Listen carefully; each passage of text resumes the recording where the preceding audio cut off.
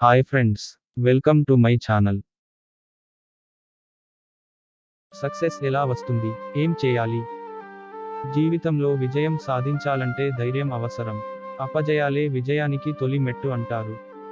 అలా అపజయాల నుంచే పాఠాలను నేర్చుకొని సక్సెస్ కావాలి. ఉన్నతమైన ఆలోచన ధోరణి ఉన్నవారే జీవితంలో ఉన్నతంగా ఉంటారు. బల్బును కనిపెట్టిన థామస్ అల్వా ఎడిసన్, నా ప్రయత్నంలో ఎదురైన 10,000 వైఫల్యాలే లైట్ బల్బ్ విజయానికి దారితీశాయి అని చెప్పాడు. అంటే ఆయన తన వైఫల్యం నుంచి కొత్తది నేర్చుకుంటూ సక్సెస్ అందుకున్నారు.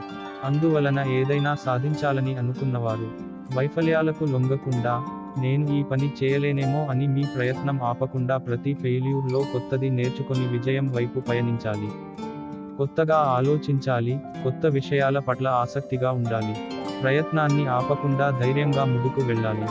అలాగే వైఫల్యం అనేది ప్రయత్నాన్ని పునః ప్రారంభించడానికి ఒక అవకాశమని హెన్రీ ఫోర్డ్ చెప్పారు. ఎడిసన్ కూడా ఇదే విషయాన్ని బలంగా నమ్మాడు. ఇలాంటి ఆలోచన ధోరణి ఉంటేనే మీరు విజయాలకు చేరువ అవుతారు.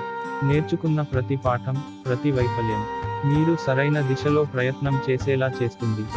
అందువలన మీరు జీవితంలో విజయం సాధించాలంటే తప్పకుండా వైఫల్యాలను దాటుకోవాలి. Please subscribe. Thanks for watching.